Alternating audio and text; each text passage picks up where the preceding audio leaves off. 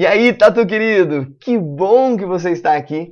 Que bom é estar com você aí também para essa que é uma das revisões mais importantes do ano, de um vestibular super prestigiado, que dá acesso à mais bem conceituada universidade do Brasil, que é a USP, num momento tão importante.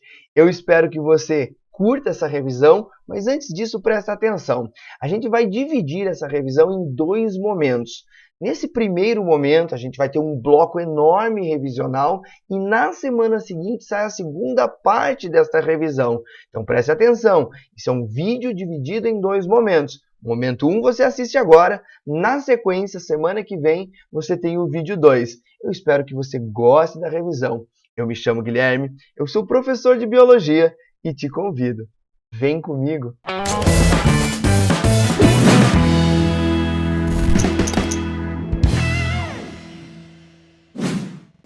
Gente, em primeiríssimo lugar, eu quero que vocês prestem atenção nas informações que eu tenho para você. Olha só, na descrição desse vídeo vocês têm uma apostila da FUVEST disponibilizada com várias questões, todas separadas por conteúdos que seguem essa distribuição que está na tela aqui para você.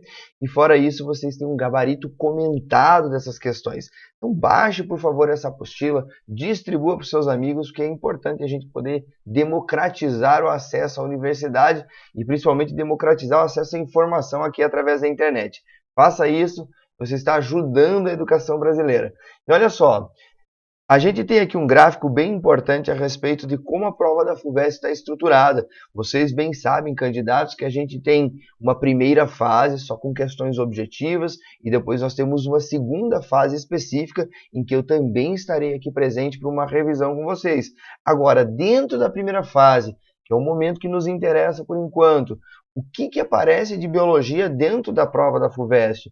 Então você vai ter lá, ó, de 2019 a 2014, claro, 2019, quando eu me refiro ao vestibular que foi aplicado em 2018, mas com validade com ingresso à universidade em 2019. Então, de 2019 a 2014, que são as questões que eu levantei e coloquei no material para vocês, nós temos uma esmagadora maioria de questões de ecologia, somando quase aí 24, 23,5% das questões totais. Aí na sequência vocês têm histologia e fisiologia humana, aliás, um foco muito grande na física humana, é uma tendência bem legal para qualquer vestibular do Brasil. A Federal do Paraná tem trabalhado assim com bastante fisiologia humana, o próprio Enem cobra bastante fisiologia humana, além da ecologia também. Depois vocês têm bioquímica e biologia celular como um tópico bem importante. Se vocês pegarem esse material, vocês vão ver que a FUVEST, diferente daquilo que aparece em outros vestibulares do Brasil, ela gosta bastante da parte de ciclo celular. Então, mitose, meiose, são assuntos que a gente não pode deixar de fora quando a gente for pensar nessa prova da FUVEST, e eu vou revisar isso com vocês hoje. Aí vocês têm também, na sequência ali, ó, zoologia, embriologia e protozoários. Isso engloba também as doenças causadas por protozoários, as doenças causadas por vermes, plateumintos e nematelmintos, que estão dentro do assunto zoologia. A gente tem as questões de genética, que nunca faltam dentro da prova da FUVEST.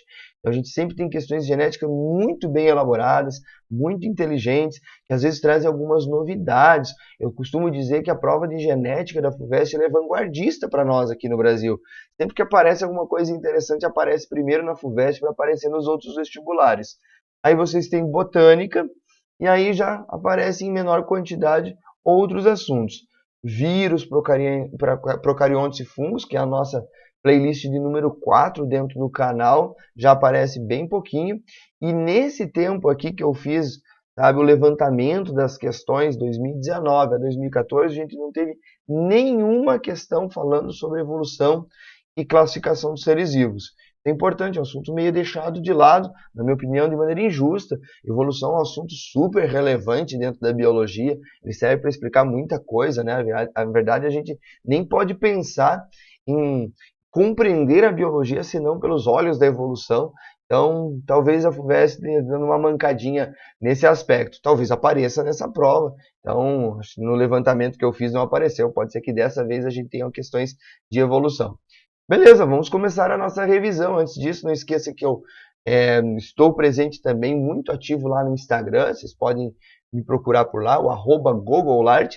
E eu gostaria também bastante se você pudesse se inscrever no canal. É importante para a divulgação do projeto, é importante para aumentar o corpo de participantes desse grande projeto de biologia que a gente tem desenvolvido aqui na internet. Vamos começar? Olha só, pessoal, a nossa revisão ela vai se pautar em questões, as mesmas questões que são disponibilizadas lá no nosso material, beleza? Além disso, o que é relevante a gente lembrar?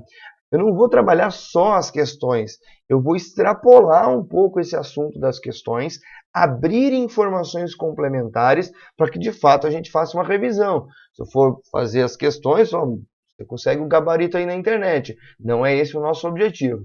Então, se você pegar na sua apostila, e caso você não tenha a apostila, ela está disponível aqui na descrição, a questão de número 1 diz o seguinte, ó, células de embrião de drosófila, 2N igual a 8, que estavam em divisão, foram tratadas com uma substância que inibe a formação do fuso. Prof, o que é esse fuso? Segura aí.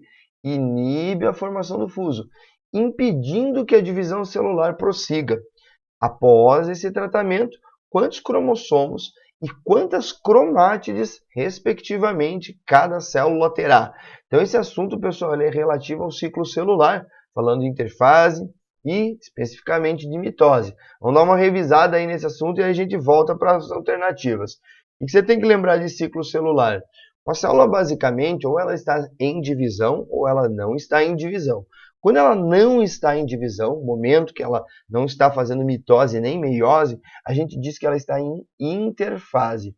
E essa interfase dentro do ciclo é a maior parte do ciclo de vida numa célula. Isso é importante que você anote caso você esteja fazendo uma revisão por escrito.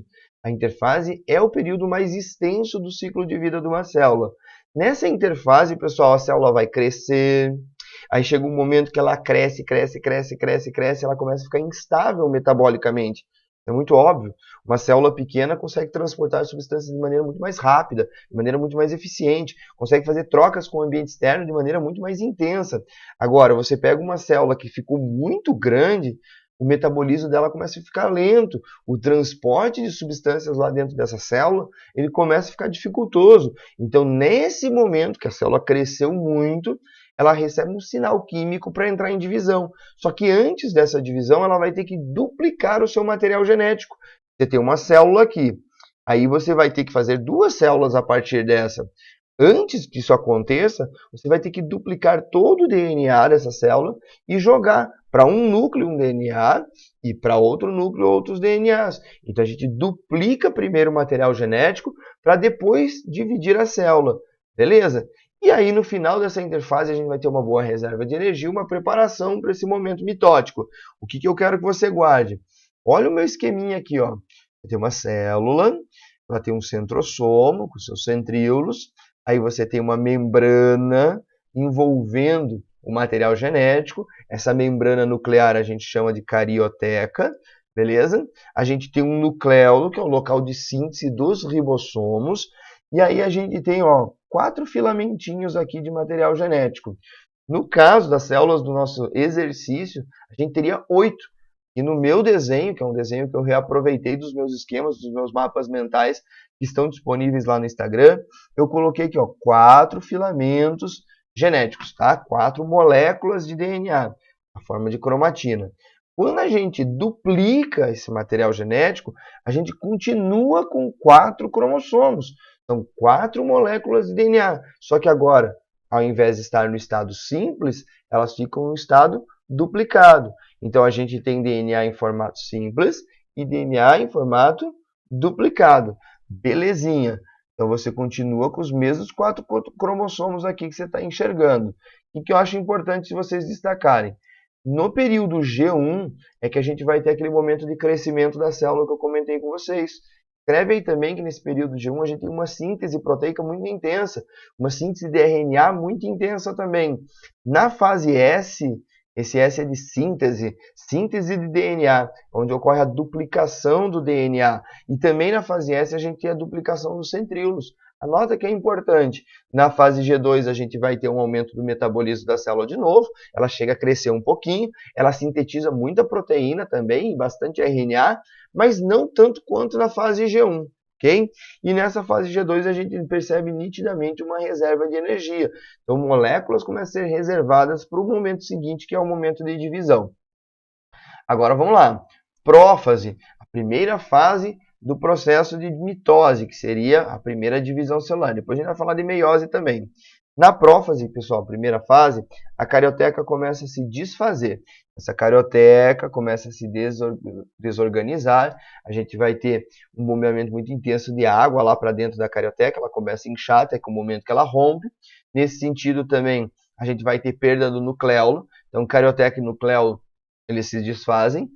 Aí a gente vê os centríolos se afastando, formando uns fiozinhos. Esses são os fios do fuso. Olha só, formação do fuso é inibida por causa de uma toxina. Tem a ver com esses fiozinhos que vocês estão vendo aqui. Aí depois você tem a metáfase. Na metáfase, esses fiozinhos ele se prende aos cromossomos e por meio desse fuso a gente consegue alinhar os cromossomos no meio da célula, formando uma placa que a gente chama de placa equatorial. Então os cromossomos ficam no equador da célula. Faz uma analogia aí com o planeta Terra. Você vai ter cromossomos em metáfase e cromossomos no meio. Quem que faz isso, professor? Os fiozinhos do fuso. Então eles vão se prendendo em regiões específicas dos cromossomos, chamados de cinetócoros, e vão alinhando esses cromossomos até eles ficarem no meio. Depois disso, a gente tem uma tensão desses fios, e aí a gente tem o momento da anáfase. Olha só o que aconteceu. Você tinha cromossomos duplicados, tá, gente? Mas aí foi puxando para cima, puxando para baixo. De repente, a gente duplica o centrômero, que é a parte central desse cromossomo, e pá, separa. Você vai ter uma cromátide para cima, outra cromátide para baixo. Você teve uma separação das cromátides irmãs. Quando você tinha um cromossomo simples, ele tinha uma cromátide só. Aí ele ficou um cromossomo duplo. São duas cromátides no mesmo cromossomo. Só que aí você separou na anáfase, ó. Pá, separei. Ficou um cromossomo simples aqui, um cromossomo simples aqui embaixo. Beleza? É isso que vão fazer esses fiozinhos do fuso que foram inibidos na nossa questão. Beleza? Continuando. Você tem a telófase, que seria o contrário da prófase. Então, na prófase você tem a desorganização da carioteca e na telófase essa carioteca volta a se formar, o nucleolo volta a se formar. Dá uma olhada nesse esquema, tira um print caso você não esteja anotando, que ele é bem importante, é uma excelente revisão da parte de mitose. Beleza? Então agora vamos voltar ao nosso exercício. Você tem células de embrião drosófila 2N igual a 8. Isso quer dizer o que, professor? O conjunto diploide que a gente encontra nessa célula é de 8 cromossomos. Beleza, elas foram tratadas com uma substância que inibe a formação do fuso. Pode ser uma substância, por exemplo, como a colchicina, super usada nesse sentido, impedindo a divisão celular. Após esse tratamento, quantos cromossomos e quantas cromátides, respectivamente, cada célula terá? Preste atenção. Essa célula foi tratada com essa substância química que impede a formação dos fios. Ela vai entrar no ciclo celular em interfase, ela vai crescer, ela vai duplicar o seu material genético. Então ela tinha 8 cromossomos simples. Agora ela vai ter os mesmos 8 cromossomos, só que eles estão duplicados. Beleza? Eles estão cada um com 2 cromátides. São cromossomos duplicados porque eles têm 2 cromátides. Beleza. Aí ele não vai formar os fiozinhos do fuso, não vai se alinhar dessa maneira e vai parar a divisão celular por aí, porque não vai rolar o processo de anáfase. E aí, professor? E aí que você vai ter os mesmos 8 cromossomos, só que todos duplicados, cada um com 2 cromátides. Então a gente vai ter quantos cromossomos? 8. E quantas cromátides? 2 para cada cromossomo, fecha com 16. A resposta é a letra D. Legal, né? Eu sei que a gente às vezes faz uma volta muito grande para chegar na resposta, mas o nosso objetivo, acima de tudo, é revisar conteúdo, beleza? Vamos para a próxima.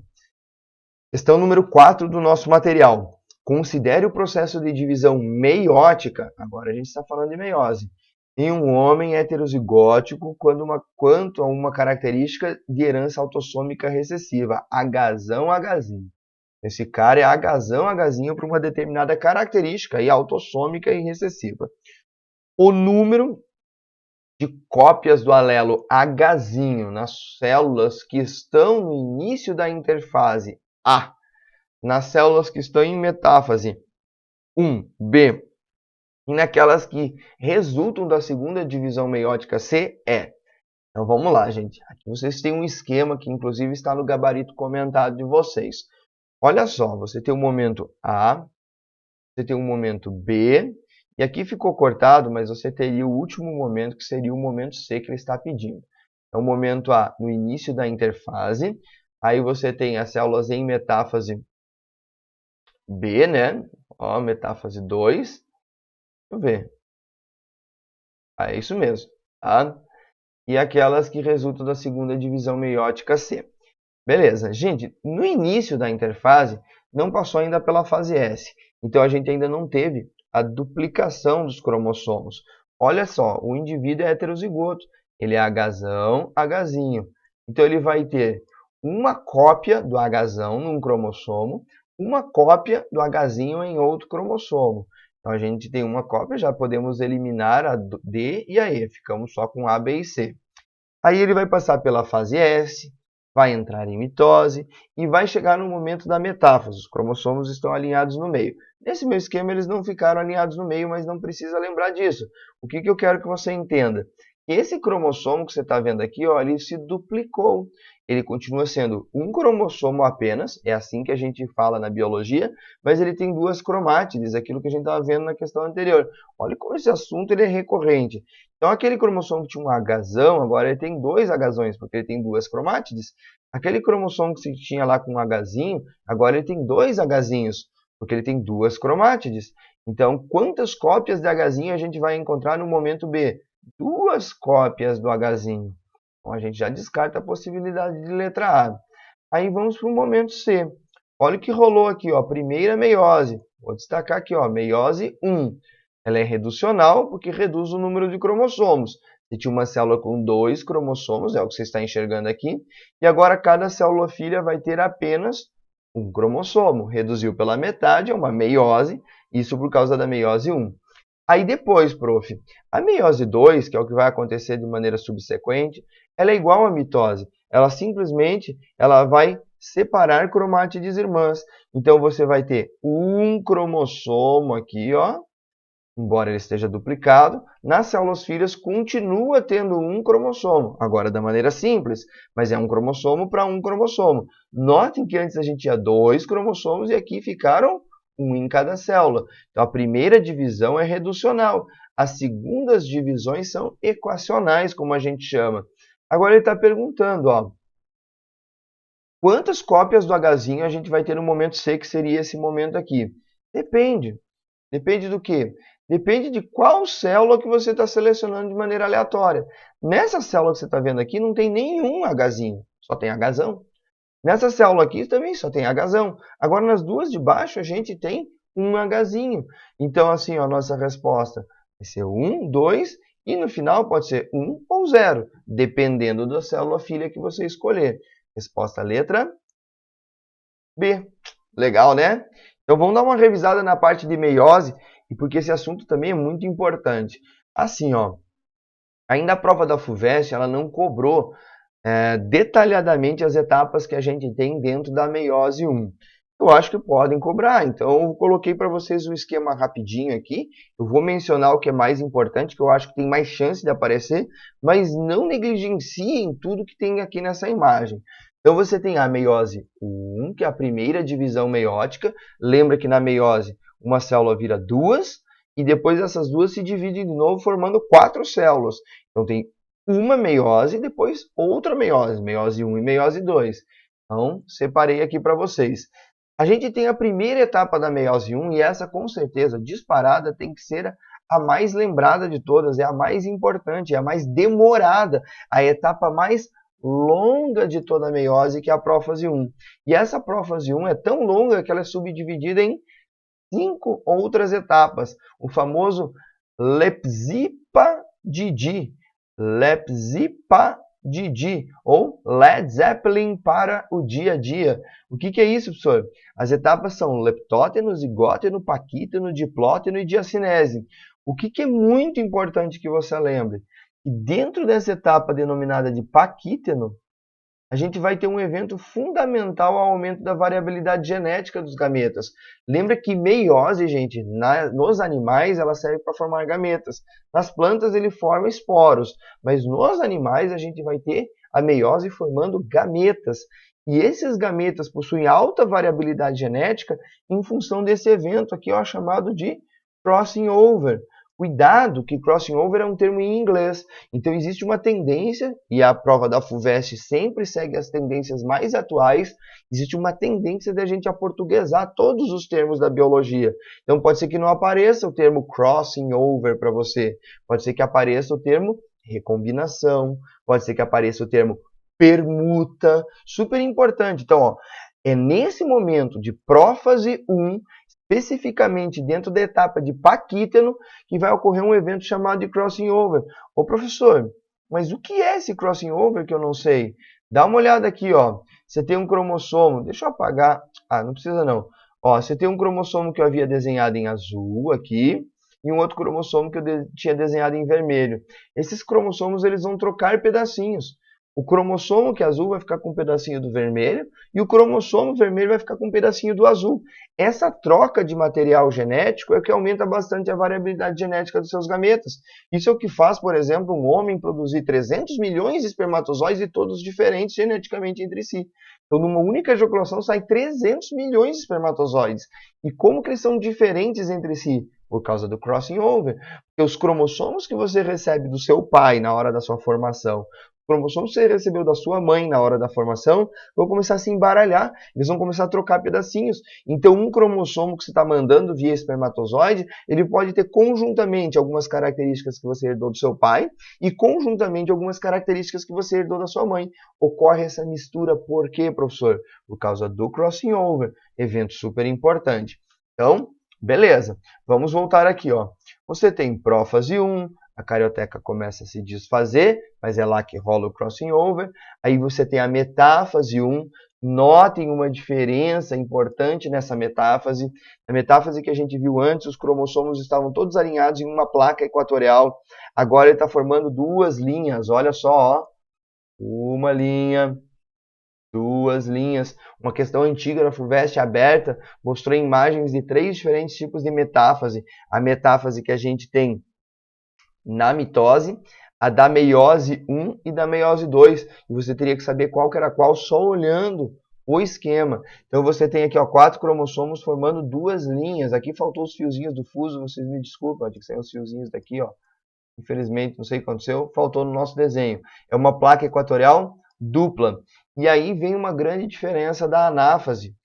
Aí, ó, se aparecer alguma coisa sobre comparação entre mitose e meiose, você tem que lembrar que a gente vai ter a meiose, vai ter o crossing over, mas fora isso você tem que lembrar que na meiose 1 a gente não vai quebrar os cromossomos no meio. Olha o que a gente teve antes, ó. Vamos voltar aqui.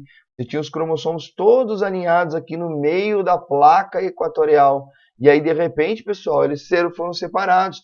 Você pegou uma cromátide e jogou para cima, outra cromátide jogou para cima, outra cromátide para cima, outra para cima e as outras para baixo. Então você tinha lá os cromossomos juntinhos, separaram-se as cromátides. Não é o que está acontecendo aqui, ó, no momento de meiose 2, de meiose 1. Você está enxergando os cromossomos que estavam emparelhados ali, ó, simplesmente separados. Tinha duas linhas, ó, dois em cima, um em cima e um embaixo, e eles foram separados.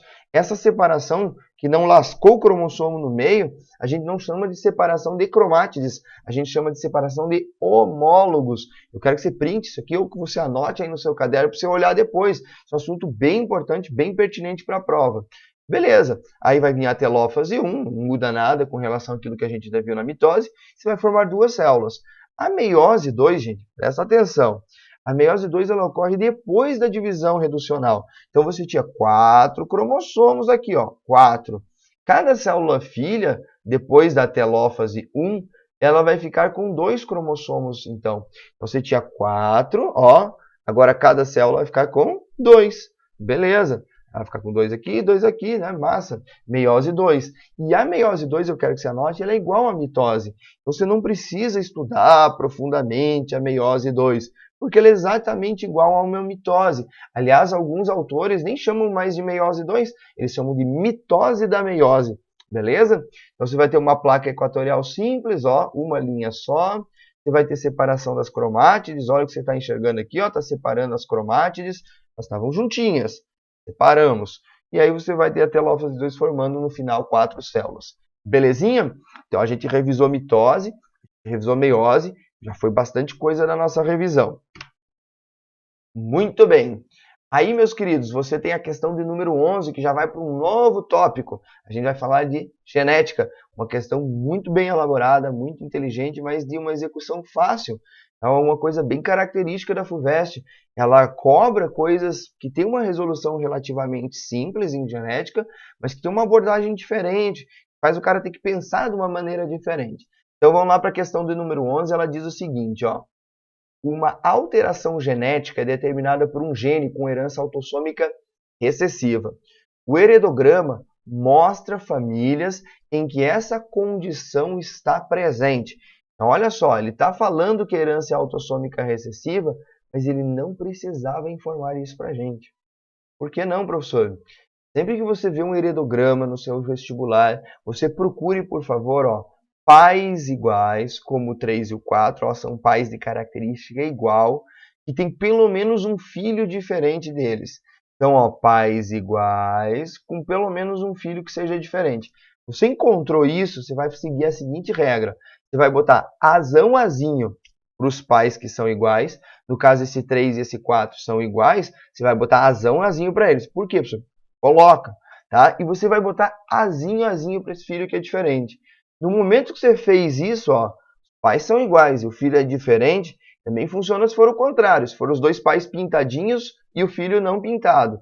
Beleza, você tem ali, ó, os pais iguais, azão, azinho, o filho que é diferente é azinho, azinho. Você descobriu que aquela pessoa que está pintada é de caráter recessivo, é uma herança autossômica recessiva. Muito bem. Aí ele continua. O casal 3-2 e 3-3 está esperando um menino. Está esperando um menino. Considerando que nessa população, uma em cada 50 pessoas é heterozigótica para essa alteração, a probabilidade de que esse menino seja afetado é... Você pega essa questão, dá uma olhadinha, está na hora do vestibular, toma uma água.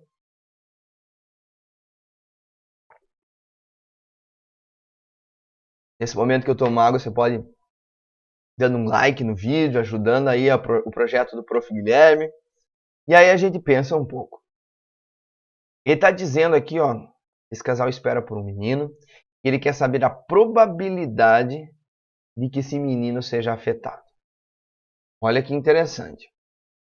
Se você olhar para o 3-2, que é essa mulher aqui, ó, você sabe que obrigatoriamente, como a mãe dela é azinho, ela tem que ter recebido o azinho. Isso é obrigatório, ela tem que ter o azinho, porque a mãe dela só tinha azinho para mandar para ela. Beleza. Só que ao mesmo tempo ela não está pintada. Se ela não está pintada é porque ela tem um azão. Então já determinei esse indivíduo 3-2 aqui, ó, é azão, azinho. Beleza? Se não entendeu, pois volta, dá uma olhadinha, tá? Agora o grande problema é esse indivíduo de número 3. Você não tem filhos dele. Você não tem também nem pai, nem mãe representado nesse heredograma. Prof, qual que vai ser o genótipo desse indivíduo? Eu não faço a mínima ideia. Ele pode ser azão, ele pode ser azão. A única coisa que eu sei que ele não pode ser é azinho, porque senão ele estaria pintado. Exatamente. Mas olha o que o enunciado está falando. Considere que nessa população, e aí que vem o lance da universidade, do vestibular da FUVEST ter essas novidades, né? Trazer uma abordagem diferente. Considerando que nessa população, uma em cada 50 pessoas é heterozigótica para essa alteração, a probabilidade de que esse menino seja afetado é 1 em 50 heterozigotas. Então, esse indivíduo aqui tem chance de 1 em 50 de ser heterozigoto.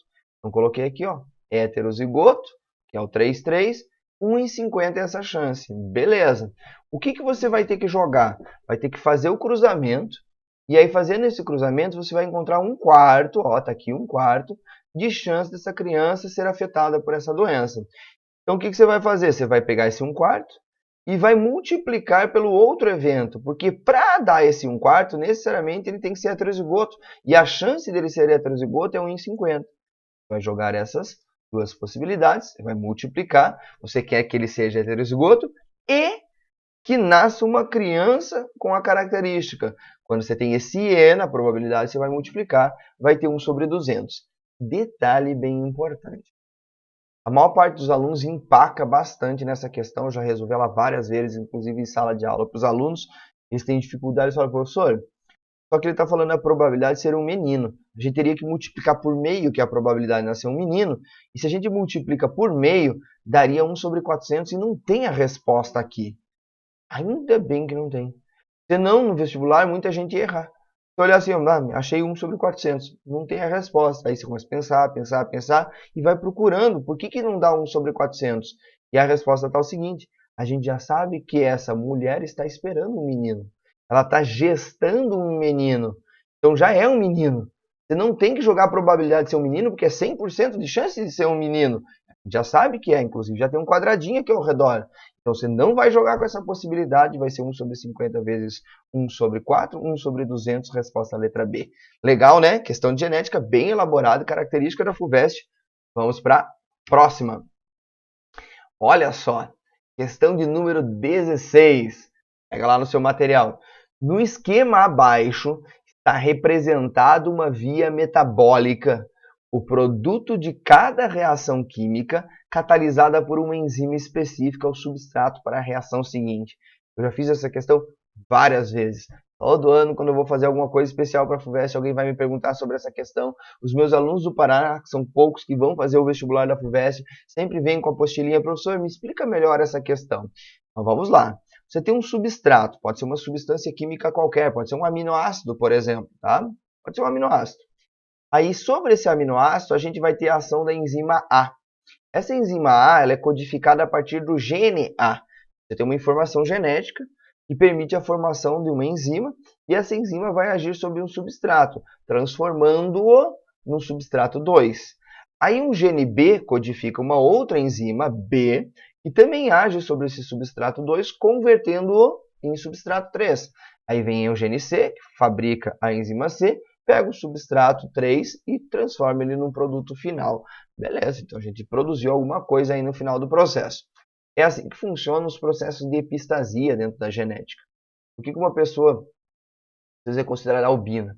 Porque ela vai ter um gene que não codifica uma determinada enzima que é precursora para que a gente tenha a transformação de um outro substrato em melanina. Então você impede a formação de melanina.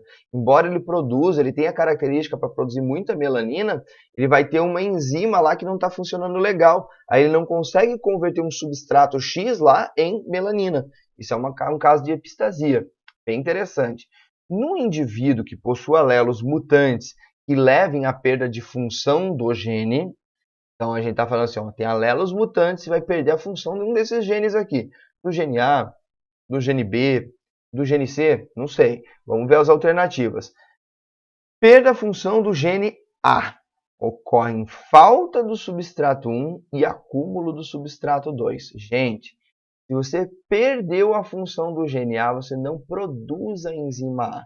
Se não produz a enzima A, não vai passar daqui. Porque o substrato 1 não vai ser convertido em substrato 2, saca? Então não vai ter acúmulo de substrato 2, vai ter acúmulo de substrato 1. Ele vai sendo produzido, mas não consegue ser convertido no substrato 2. Então a letra A está errada. Então vamos lá, perda de função no gene C. Opa, o último lá. Não a síntese dos substratos 2 e 3. Olha só, substrato 1 é transformado em 2 pela enzima A. O 2 é transformado em 3 pela enzima B. Agora, deu uma perda de função no gene C, não formou a enzima C, o que não vai ser formado? Só o produto final. Então, o substrato 2 e 3 forma normalmente. Então, está errada a letra B. Vamos para outra alternativa. C. A perda de função do gene A, não a síntese do produto final. Ou se você perdeu o gene A, você não forma o substrato 2, não forma, consequentemente, substrato 3 e não vai formar o produto final. Essa é a nossa resposta. Easy, né? Legal, né? Tá indo bem? Gente, não esquece que nós vamos estar junto aqui também para a revisão de segunda fase, tá? Importante que você faça essa revisão certinho, que você se prepare bem para a primeira fase, que isso vai te garantir uma segunda fase mais completa. Depois da segunda fase, todos que passarem, eu acredito que você estará lá, a gente vai bater em cima das questões de maneira muito mais específica. A gente vai direto ao ponto, porque você já é um candidato que passou por uma segunda fase. É um tipo de abordagem já um pouco diferente. Beleza? Pessoal, se você está gostando dessa revisão, eu queria que você fizesse uma coisinha. Pega aí nos comentários, se você chegou até esse momento do nosso vídeo, e escreve lá nos comentários a palavra substrato. Escreve lá. Se você escrever lá nos comentários a palavra substrato, eu sei que você chegou até aqui. É uma maneira de eu avaliar o quanto os alunos estão assistindo a aula. Então vai lá. Quem chegou nesse primeiro momento, escreve a palavra substrato, beleza? Vamos para o próximo slide. Bom, pegue lá no seu material a questão de número 20. Olha só. O botulismo provocou a morte de 1,1 mil cabeças de gado no último mês de agosto numa fazenda em Mato Grosso do Sul.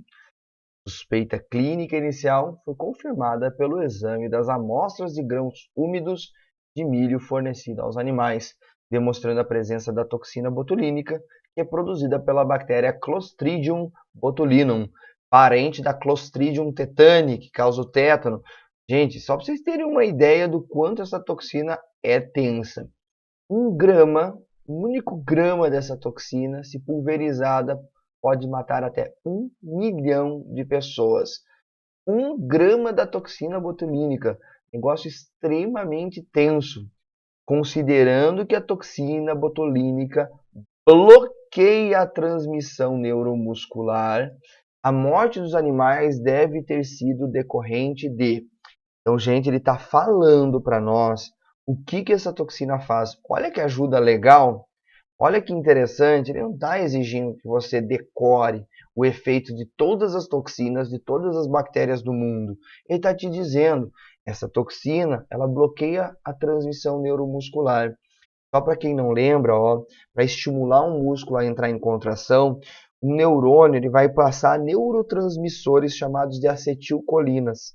A acetilcolina ele vai grudar em receptores no músculo, e isso vai promover o processo de contração muscular, que depende do bombeamento de cálcio, que depende do deslizamento de actinas e miosinas, que depende da molécula de ATP, então você precisa de energia para esse processo acontecer. Então, o neurônio que está estimulando aquele músculo vai liberar um composto chamado de acetilcolina, e essa acetilcolina vai promover a contração muscular. É isso que a toxina botulínica vai fazer. Deixa eu contar uma coisa interessante para vocês. Essa toxina isolada e extremamente diluída, mas muito diluída, ela vai ser utilizada de maneira comercial e estética com o nome de Botox. O Botox que a gente aplica assim, nas ruguinhas ali, é derivado dessa toxina aí. Pô, professor, por que uma toxina que é letal? Claro que aplicada de maneira local ela não vai ser letal. O que essa toxina faz na musculatura? Ela vai fazer com que a musculatura fique esticada, porque a gente não tem mais o estímulo nervoso que promove a contração desse músculo. Então o músculo fica esticadão, corre uma paralisia nervosa no local, e aí a gente não tem a formação das rugas. A gente não vai ter o músculo franzindo a nossa pele. Interessante, né? Fica com aquela cara de político em época de campanha, aquela cara meio esticadona, assim, meio sem expressão, né? Isso é por causa da toxina botulínica, o famoso Botox. Agora, pensando nos bovinos, ele impediu um processo de contração muscular, que é o que ele está dizendo ali. Como será que morreram esses animais? Por infecção? Não. Ele está bloqueando uma transmissão neuromuscular, não tem nada a ver com processos infecciosos. Por hemorragia interna? Também não, né?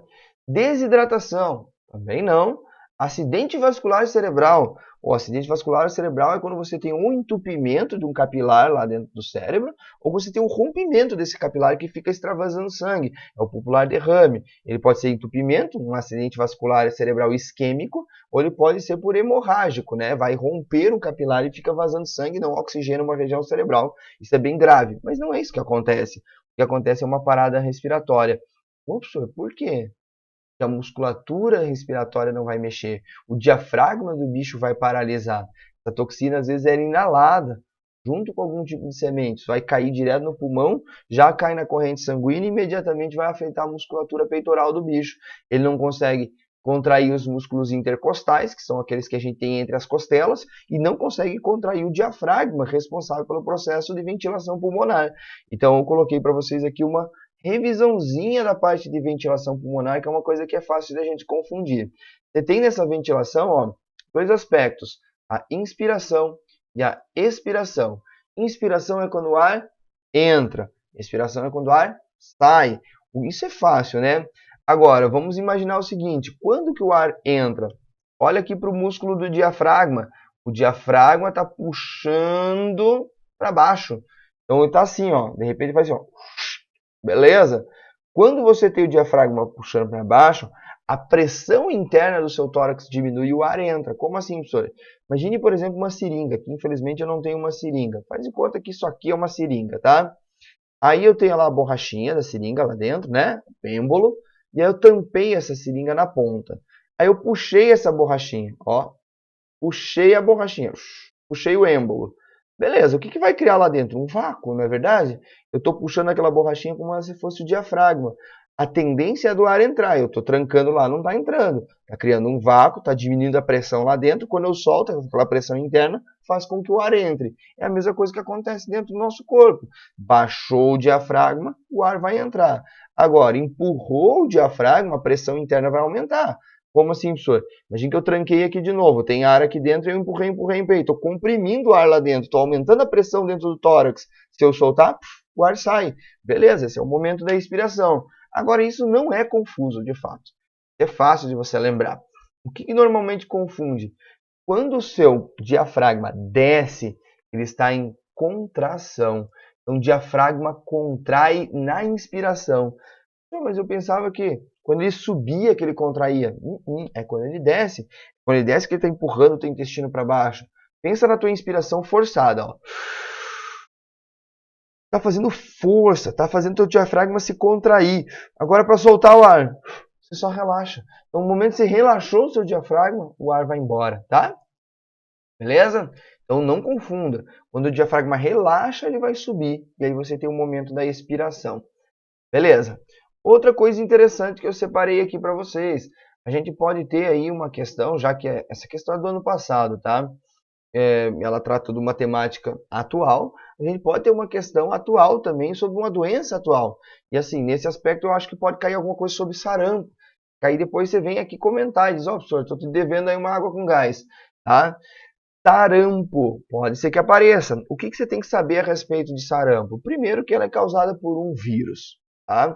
Lembra que vírus é acelular, não tem metabolismo próprio, por isso ele só reproduz-se dentro de células hospedeiras, ele é um parasita intracelular obrigatório, mas mesmo assim ele tem algumas características de ser vivo. Ele se reproduz, ele passa por mutação, ele passa por processos evolutivos. O vírus evolui como um organismo vivo, isso é interessante.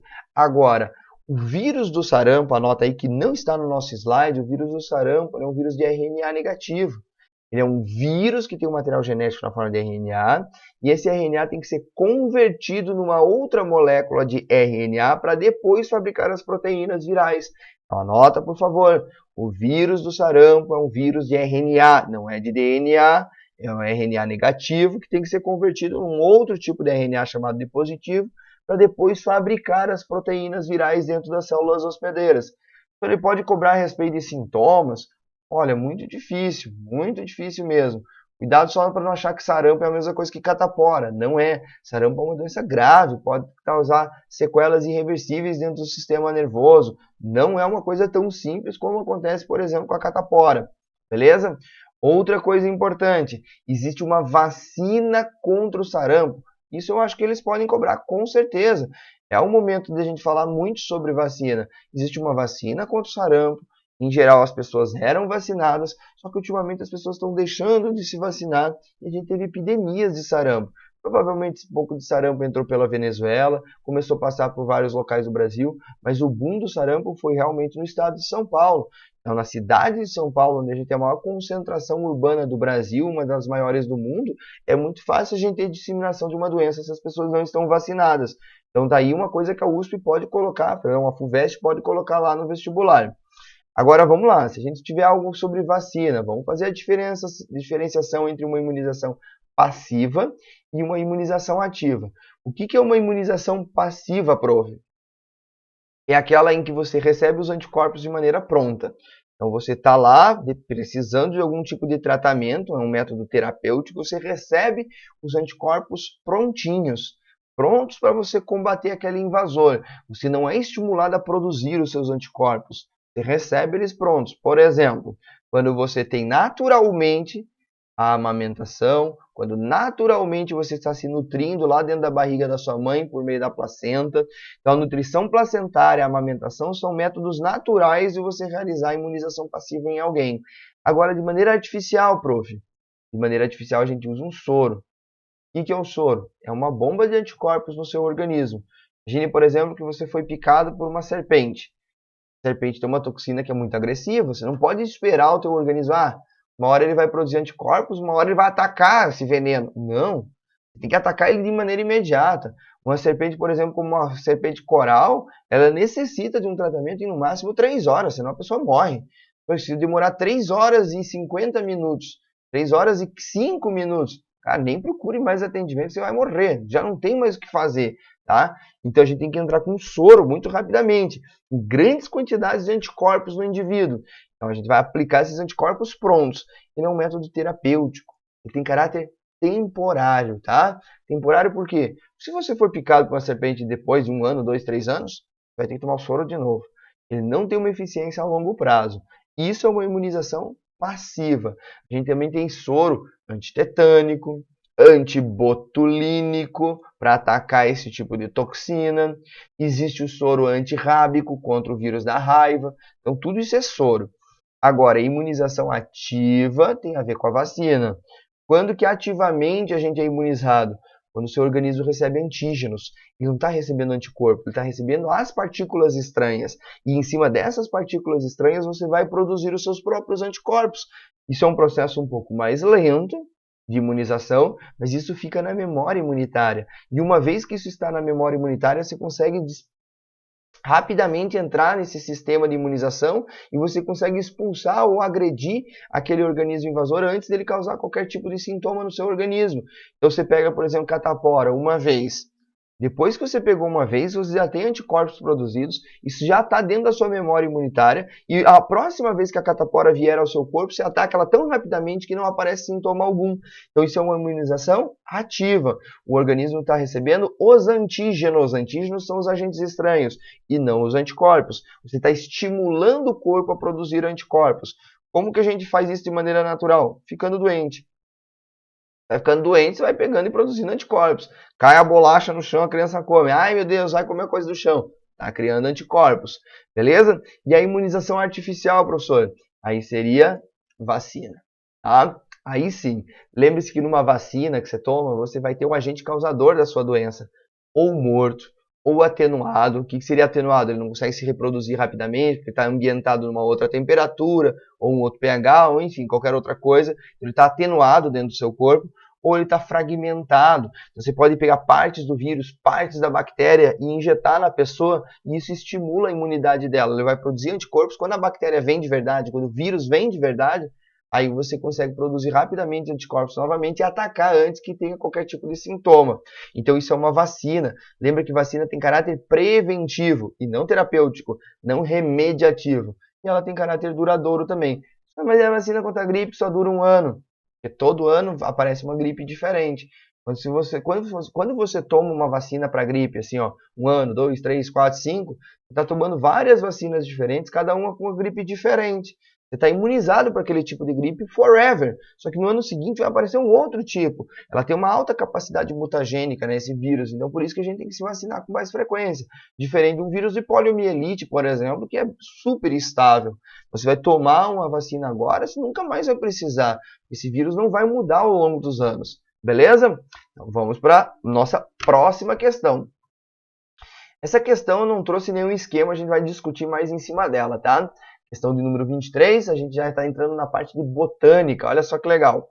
Muitas plantas adaptadas a ambientes terrestres secos e com alta intensidade luminosa apresentam folhas. Gente, é um ambiente terrestre seco e com muita luz. A gente já imagina que esse ambiente também seja bem quente, né? Seco e com muita luz. Vamos pensar em adaptações das plantas? Isso aqui tem muito a ver também com a parte de ecologia quando a gente fala de biomas brasileiros. Cada bioma brasileiro tem uma característica de solo, de luminosidade, de temperatura, e isso traz características adaptativas também às plantas para cada uma dessas regiões. Vamos pensar o seguinte, o que você não pode esquecer fazendo uma pontezinha lá com a parte de ecologia? Quanto mais larga for a folha de uma planta, mais estômatos normalmente ela tem, mais ela transpira por esses estômatos, mais ela tem superfície de cutícula, então ela tem uma transpiração cuticular bastante intensa. E esse tipo de planta, com folha muito larga, só ocorre onde a gente tem abundância de água. Então a planta não quer ficar gastando água à toa. Ela não vai ficar transpirando, eu quero transpirar, transpirar, transpirar, lá no meio do deserto do Arizona, lá no meio da Caatinga, sabe? Lá no deserto do Saara. Não, ela vai fazer folhas reduzidas nesses locais, ou ela nem vai ter folha para não transpirar muito. Então, quando tem folha larga, o ambiente tem muita água. Uma planta da Amazônia, ela não fica se preocupando assim, será que chove amanhã? Todo santo dia vai chover. Todo santo dia a gente tem muita água passando por lá, o solo está encharcado. Então, assim, não é um problema para as plantas amazônicas a questão da água. Ela pode ter folha muito larga, pode transpirar pra caramba, não precisa ter proteção contra a luz, enfim, tá de boa. Agora, imagine uma planta, por exemplo, de um cerrado. Já não chove tanto. Você pega uma época ali, que é aquilo que a gente chama de inverno do cerrado, mês de junho, julho, é extremamente seco. É nesse momento que, inclusive, a gente tem a maior parte das queimadas no Brasil, né? A gente sempre fala das queimadas da Amazônia, mas as queimadas do cerrado são extremamente intensas. Aí, claro, muitas são de ordem natural, mas existem queimadas, e em grande quantidade, por origem antrópica. É o cara que larga uma bituca de cigarro na estrada, aí que lá vai lá queima um capim, depois queima um mato inteiro, queima o cerrado inteiro. Agora, esse ambiente super seco exige adaptações a essa situação. Ele é seco e ele tem muita luminosidade. Se ele é seco, a planta não vai transpirar muito. Você vai ter umas folhas mais reduzidas. Além disso, ao invés de ter estômago em cima e embaixo, ela guarda os estômagos só na parte de baixo, porque é a região que não pega tanta luz. Então, não pega tanta luz, fica escondidinho ali embaixo, e aí os estômagos não ficam abertos à toa. Lembra que a luz estimula a abertura estomática. Os estômagos são os locais onde a gente vai ter a transpiração. E outra coisa, se tem uma luminosidade realmente muito intensa, às vezes é legal refletir um pouco dessa luz, para não cozinhar a folha que é cheia de água lá dentro. Então, vai refletindo essa luz como por meio de pelos. Então você vai ter pelos nas folhas para diminuir um pouco o impacto da luminosidade excessiva na folha. Então vamos lá, folhas pequenas, com estômatos concentrados na parte de baixo, com muitos tricomas. O que são os tricomas? Pelinhos claros, que refletem a luz, cutícula impermeável, ou seja, por cima da folha tem uma camada de cera, eu quero que você anote, cutícula é uma cera, beleza? E parênquima aquífero. O que é um parênquima aquífero? Um parênquima de guardar água. Acontece, por exemplo, nos cactos. Uma planta como essa que você está vendo poderia ser uma paineira, uma barriguda, que a gente tem em regiões do Cerrado e também na Caatinga. É uma planta que vai ter as folhas mais estreitas, com muita cera, com pelinhos. Ela vai ter poucos estômatos na parte de baixo, sempre. E ela vai ter guardado dentro do caule dela grandes quantidades de água. Por meio de um parênquima aquífero, a nossa resposta fecha com a letra A. Nessa questão não tem por que discutir as outras alternativas, tá? Elas são opostos daquilo que a gente acabou já de comentar. Legal, né? Vamos passar para frente. Questão de número 26. Abaixo estão listados grupos de organismos clorofilados e características que os distinguem. Então você tem grupos de organismos clorofilados. Para as plantas, né? Não necessariamente. Pode ser uma bactéria. Algumas bactérias têm clorofila. Pode ser uma alga, mas alga é planta.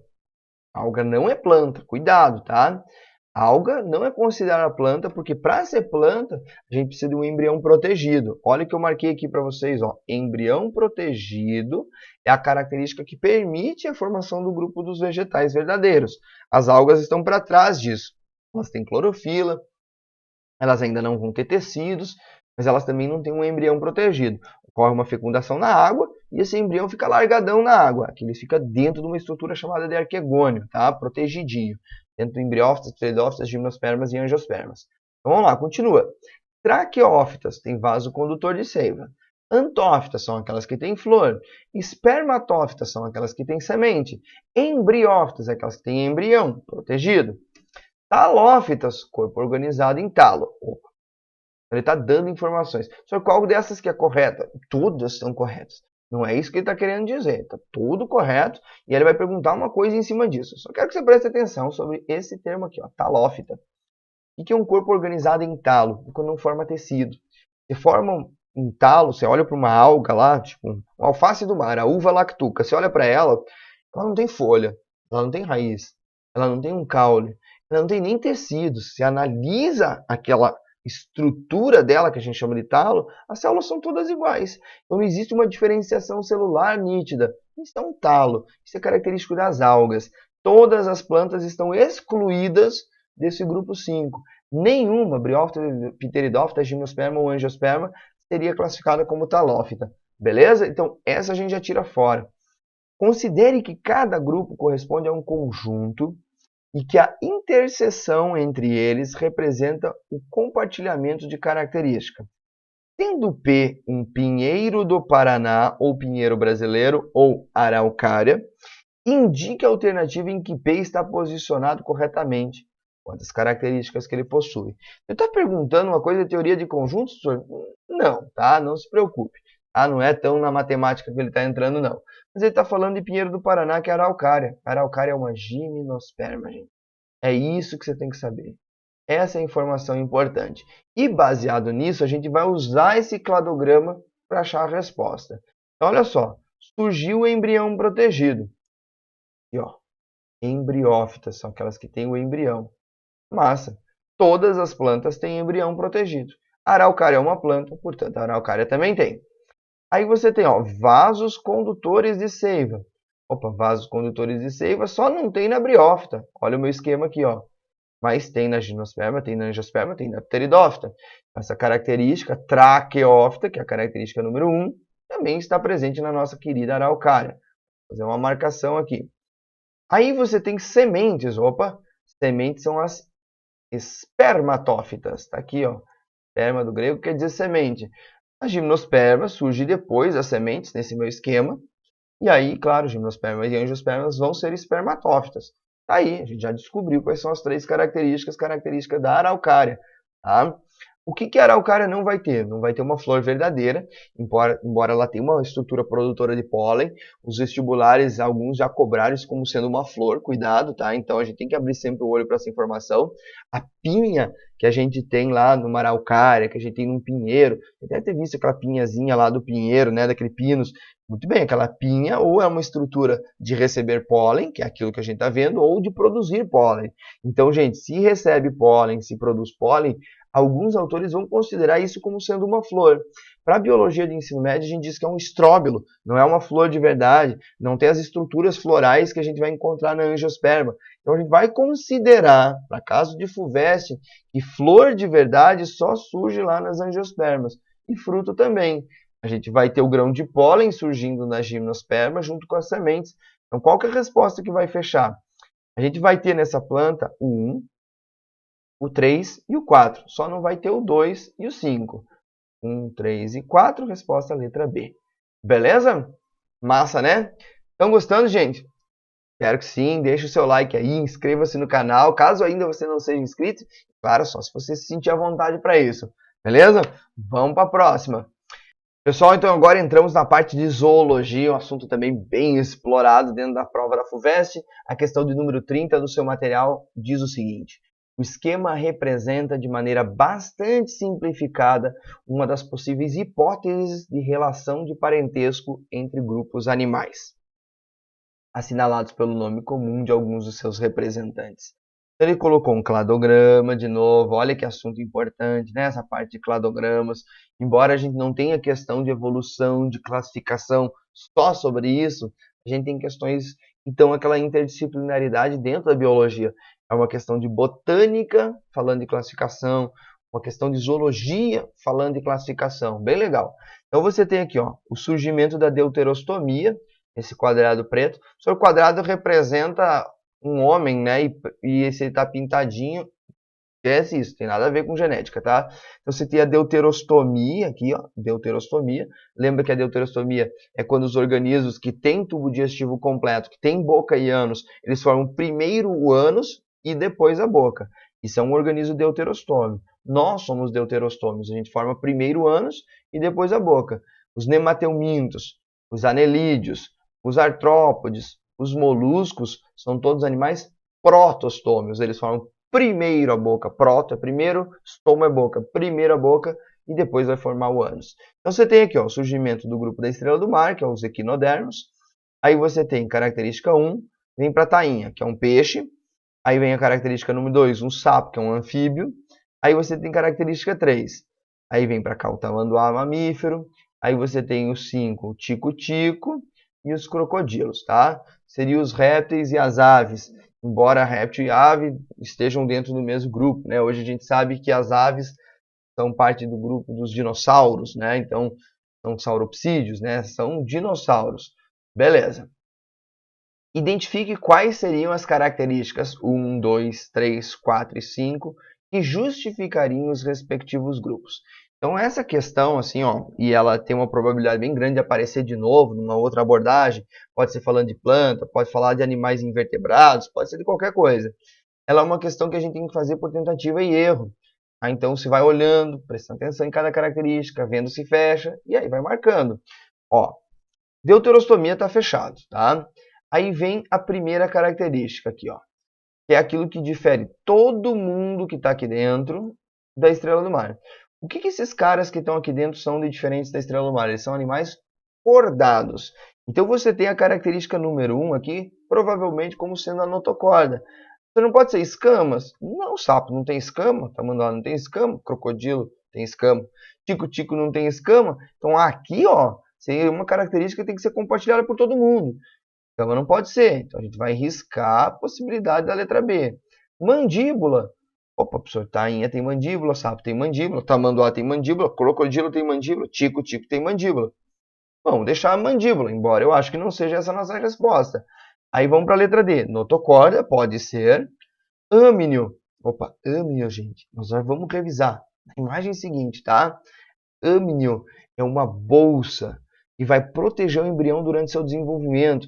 É característico dos animais amniotas. Você não se desenvolve dentro de uma bolsa d'água lá na gestação da sua mãe? A tua mãe ficou grávida de você. Você está se desenvolvendo lá dentro de uma bolsa d'água. Você é um animal amniota.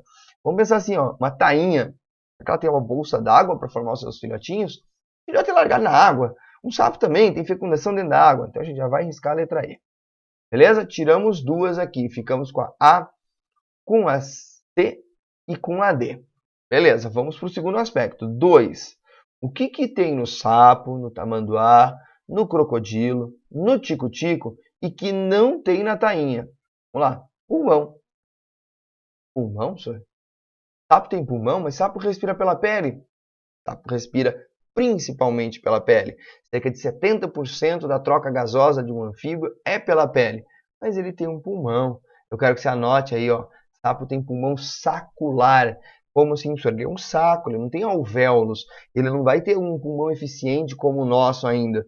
Então, tá certo? Sapo tem pulmão. Tamanduá, que é um mamífero, tem pulmão. Todos os répteis respiram exclusivamente por pulmão, a gente vai ver isso na próxima imagem. E o tico-tico, que é uma ave, tem pulmão com sacos aéreos ainda, né?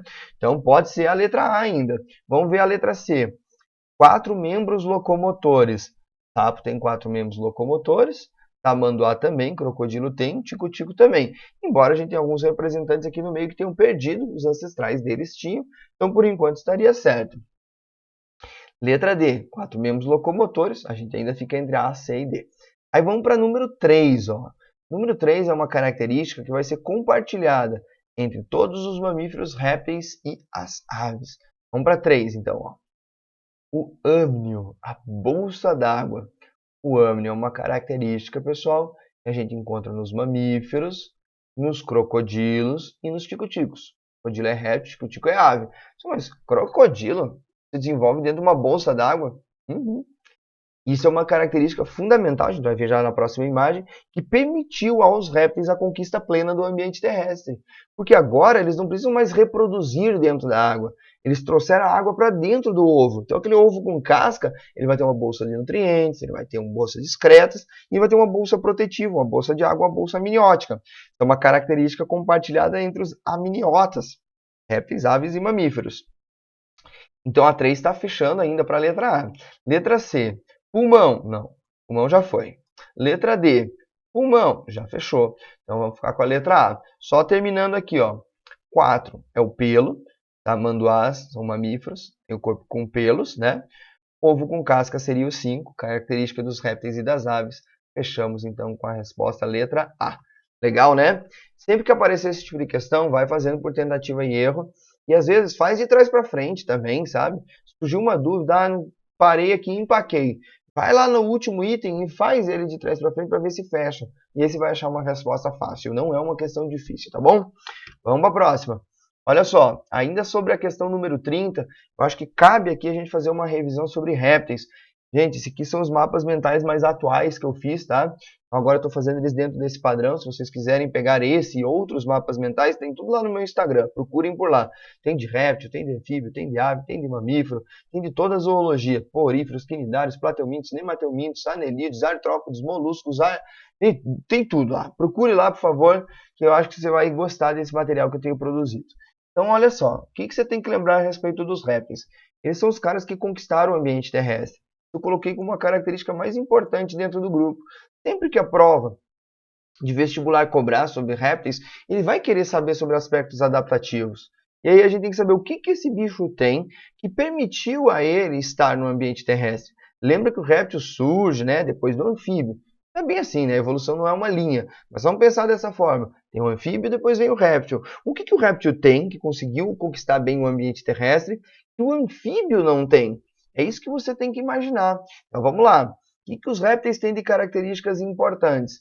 Olha só. A pele deles é impermeável. Primeira característica. Um sapo não vive no ambiente terrestre por muito tempo porque ele tem uma pele super permeável, porque ele tem que fazer trocas gasosas por ali. Ele respira pela pele. Essa pele tem que estar sempre úmida e sempre permeável. Ele desidrata com facilidade no ambiente terrestre. O réptil não, porque ele tem uma pele rica em queratina. Nós também temos queratina na nossa pele. Anota isso, por favor. Isso não é uma característica só de réptil, não é uma característica só de quem tem escama. Nós temos queratina na nossa pele como agente de impermeabilização. Muito bem, embora a gente consiga eliminar água por glândula sudorípara, né? Coisa que não aparece no réptil. Lembra que todo réptil, sem exceção, não importa se é uma tartaruga, se uma tartaruga pode ficar 3 horas embaixo da água, mesmo assim ela precisa respirar por pulmões. Ela tem que sair 1 hora e respirar na superfície por meio de pulmão. Todo réptil é um animal pulmonado. Ele tem um pulmão que ainda não forma alvéolos, ele é cheio de dobras, a gente chama isso de pulmão parenquimatoso. Não esquece que é importante. Outra coisa legal, surgem nos répteis glândulas de lágrima, para lubrificar esse olho, que agora está num ambiente muito mais seco, e também uma membrana nictitante, que é uma membrana que limpa o olho na horizontal, diferente da pálpebra que trabalha na vertical. Essa membrana também é importante para répteis que mergulham em local muito sujo, tipo um crocodilo. Ele está naquele meio daquele lamaceira, naquele meio do rio Nilo lá, tudo cheio de coisa na água, e ele precisa enxergar um pouco debaixo dessa água. Se ele expor o olho dele dentro da água, ele vai irritar o olho. Então ele mantém a pálpebra aberta, mas fecha a membrana nictitante, para ele conseguir enxergar, já que a membrana é transparente, e não agredir o olho dele. Então a característica também.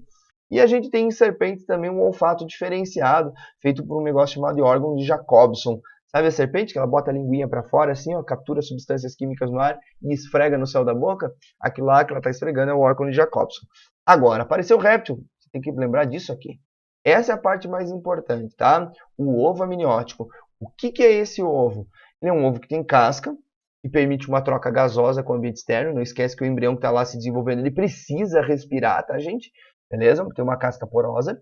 Fora isso, ele vai ter uma bolsa d'água, que a gente chama de bolsa amniótica, por isso que é um ovo amniótico. Ele é uma proteção com relação à variação de temperatura, porque a água é um bom termorregulador. Ele é uma proteção com relação à desidratação. Ele é uma proteção com relação a choques mecânicos. Então esse ovo amniótico, super foda, né? Aí você tem uma bolsa para ele largar os excretas dele, que a gente chama de alantoide. Lembra que a excreção dos répteis é uma excreção que não vai água, é um composto praticamente insolúvel em água e sem toxidez praticamente, composto chamado de ácido úrico. Ele pode liberar em grandes quantidades lá dentro do ovo que ele não vai se intoxicar, diferente, por exemplo, se ele fizer xixi na forma de ureia, uma hora ele ia se afogar. Se ele fizesse como a gente, ele ia se afogar com meia ureia. Se ele fizesse excreção de amônia, aí sim, ele ia morrer intoxicado em pouquíssimo tempo. O ácido úrico não tem toxidez, então ele pode liberar dentro dessa bolsa chamada de alantoide. É um segundo anexo embrionário importante. Nosso terceiro anexo embrionário é o saco vitelínico, cheio de nutrientes. É o que popularmente a gente vai chamar de gema. A gema do ovo vai formar um anexo embrionário que vai servir de nutrição para o embrião. Ele consome toda a gema, depois de capilares formados nessa gema, ele consegue absorver também a clara. Beleza? E aí você tem o córeo, que o córeo é uma membraninha que tem logo abaixo da casca que facilita trocas gasosas, especialmente quando o córeo se gruda no alantoide. O alantoide é super capilarizado, e ele gruda no córeo e permite uma troca gasosa bem intensa. Ele vai fazer a retirada do cálcio da casca desse ovo. Deixa eu até ampliar aqui para vocês, aqui, Ele vai tirar o cálcio da casca do ovo. Esse cálcio vai sendo absorvido e vai parar lá dentro do bichinho para ele formar os ossos dele. À medida que a casca vai se fragilizando, fica mais fácil também depois dele chocar. E a gente vai ter também uma troca gasosa bem intensa nessa região chamada de alantocóreo. Então, alantocóreo é uma junção do alantoide com o córeo, que vai facilitar trocas gasosas ainda mais e vai retirar o cálcio da casca para formar os ossos do bichinho e também facilitar a eclosão depois. Beleza. E mais, professor? Em relação ao processo de reprodução, sempre fecundação interna, diferente dos anfíbios, e desenvolvimento direto, não existe estágio larval. Não existe larva de serpente, não existe larva de jacaré, não existe larva de tartaruga, de cágado ou de jabuti. São seres ovíparos ou ovovivíparos, né? Pensa o grupo dos boídeos, que é a da jiboia, eles vão ter ovos que se desenvolvem dentro da mãe. Beleza? Massa? Estão gostando da revisão até aqui? Então faz um favor, vai ali nos comentários, para eu saber que você chegou a esse momento da revisão, esse momento tão importante, e escreve, por favor, ali, impermeável. Essa é a palavra que você vai escrever. Escreve nos comentários a palavra impermeável. Teve gente que já chegou no primeiro momento, nós já chegamos no segundo momento da nossa revisão, palavra impermeável. Foi!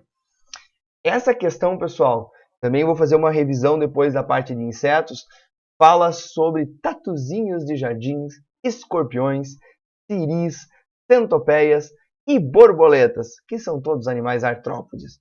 Questão de número 33. Se não esquecer dos artrópodes, tem um macete.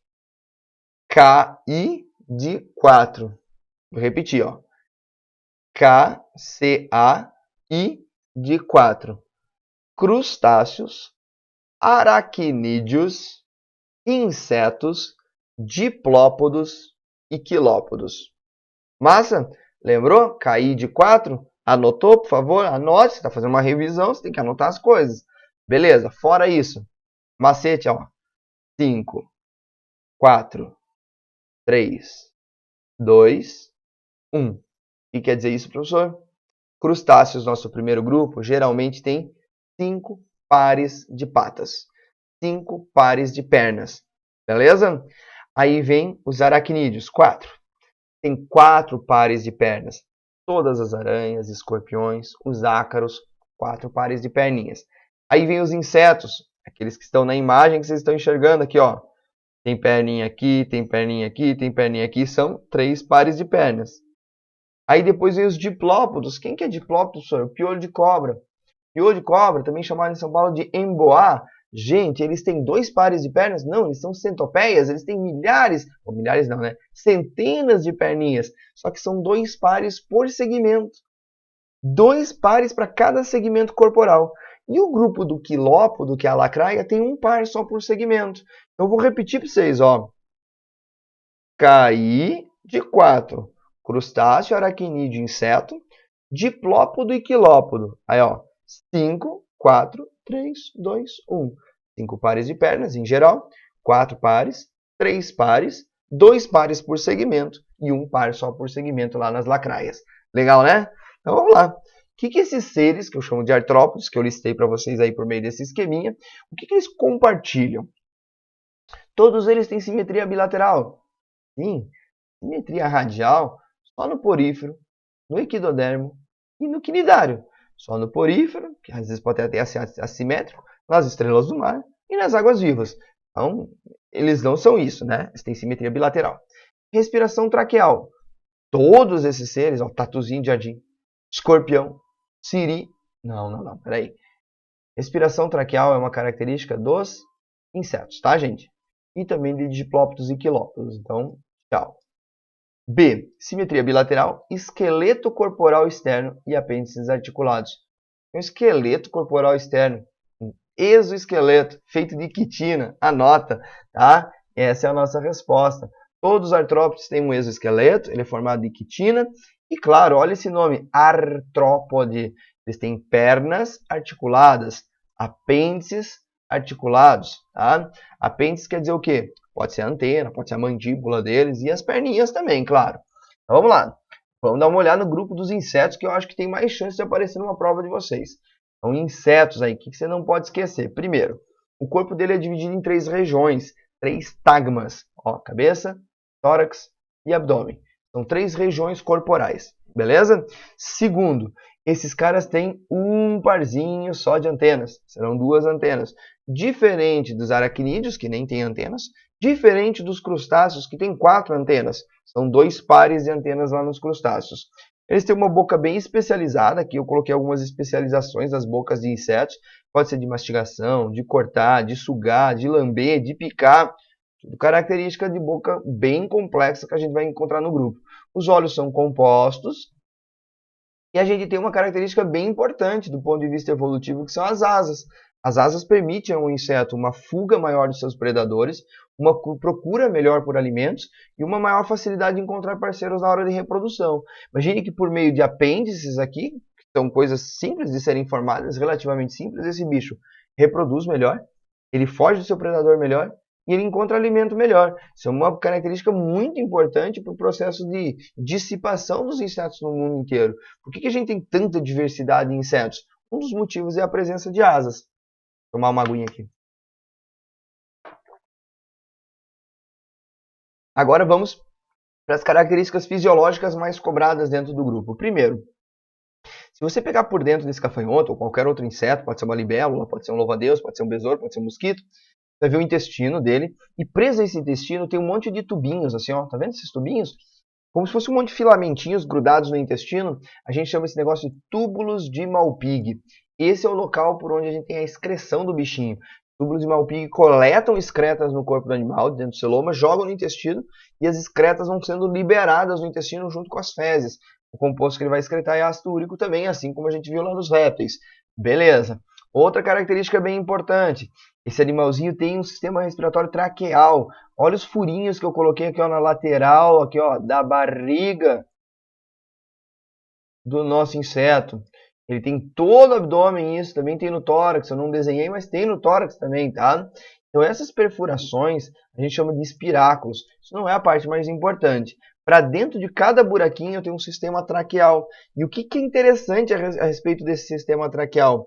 E essas traqueias, que está comunicada com o ambiente externo, ela vai lá dentro do corpo do bicho e faz a troca direta com o tecido. Troca gasosa, tá, gente? Então, olha só como é que funciona o nosso corpo. Para você, por exemplo, jogar oxigênio no músculo, você tem que inspirar o ar vai dentro do pulmão vai para a corrente sanguínea, da corrente sanguínea vai para o músculo. Então, você precisa da corrente sanguínea levando o oxigênio lá no músculo, por meio de hemoglobina e tudo mais. Aí o músculo devolve o CO2 vai para a corrente sanguínea, que vai para o seu pulmão, que vai ser mandado embora. Então, você tem uma corrente sanguínea fazendo uma ponte aí, beleza? No inseto não precisa isso. Olha o oxigênio entrando, ó. Ele entra, vai pela traqueia e já vai direto para o tecido. E aí o próprio tecido já libera o gás carbônico que vai voltar. Então você não precisa do sangue fazendo esse intermediário, esse meio campo. A respiração é traqueal, ó, e os tecidos recebem O2 sem a necessidade de um sistema circulatório. Por isso é importante você destacar, e eu quero que você faça isso, circulação deles é aberta, ou seja, existe sangue dentro das cavidades, não é só sangue nos capilares sanguíneos, é uma circulação aberta, e ela não possui pigmento respiratório. O sangue do inseto serve só para carregar nutrientes, não para carregar gases, porque a respiração traqueal já dá conta disso, beleza? E aí, com relação ao desenvolvimento, bem rapidinho, para a gente ir para o próximo tópico, a gente precisaria falar assim rapidinho de quais são os padrões de desenvolvimento dos insetos. Todos eles têm fecundação interna, tá, gente? E eles são dioicos, tem machos e fêmeas. Aí, se ele não sofre metamorfose, a gente chama ele de ametábulo.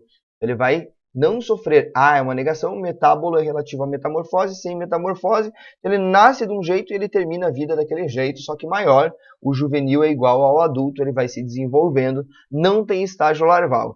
Aí tem uns seres que eles... Deixa eu ampliar isso para ficar melhor para vocês, desculpe, tá? Aí tem uns seres que eles vão ter uma metamorfose, mas parcial. Não é uma metamorfose muito nítida.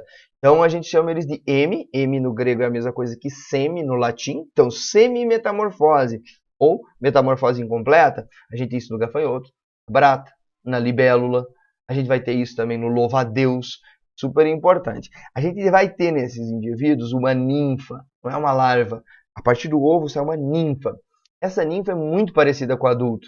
Uma diferença, ela ainda não tem asas funcionais. Às vezes ela tem o toquinho da asa, mas não funciona. Então a diferença clássica que a gente tem da ninfa, tá, para o adulto é que o adulto tem asas funcionais, a ninfa ainda tem asas ou vestigiais, ou atrofiadas, ou ainda não apareceram. Então essa é a diferença, que a gente tem uma ninfa inicial, uma ninfa tardia e o adulto por sua vez. Aí você tem o holometábulo. O holometábulo é a grande maioria dos insetos. Então vamos pensar assim, ó, se não for traça, não for gafanhoto, grilo, barata, libélula ou louva-a-Deus, aí o resto é tudo holometábulo. São seres que vão ter um estágio larval, que são completamente diferentes do indivíduo adulto. Aí essa larva faz um casulo e depois vira um adulto. A gente tem isso classicamente na borboleta. Tem uma lagarta, forma um casulo e depois forma uma linda butterfly. Agora, o mosquito também é assim. O que a gente combate bastante quando a gente está em campanhas contra a dengue? A gente combate a larva do mosquito da dengue, a larva do Aedes aegypti, o estágio larval. Essa larva vai grudar num potinho lá e vai formar um casulinho e de lá vai sair um mosquito. Então a gente tem um holometábulo. Holo do grego quer dizer total, metamorfose completa, total do organismo. Mosca, mosquito, besouro, borboleta, tudo isso é o holometábulo, beleza? Larva, pupa e adulto. Então, pessoal, chegamos num momento derradeiro da nossa revisão. A partir desse momento, a gente começa a fisiologia humana e, na sequência, a gente vai ter as questões de ecologia. Detalhe, isso não vai ficar neste vídeo. Nós teremos um segundo vídeo de revisão que vai ser lançado na próxima semana. Então eu espero que vocês voltem aqui para acompanhar o final da nossa revisão FUVEST. Eu espero que vocês tenham gostado. Desculpe essa interrupção abrupta aí, mas faz parte. A gente continua a gravação no outro dia e eu espero todos vocês no próximo vídeo. Até!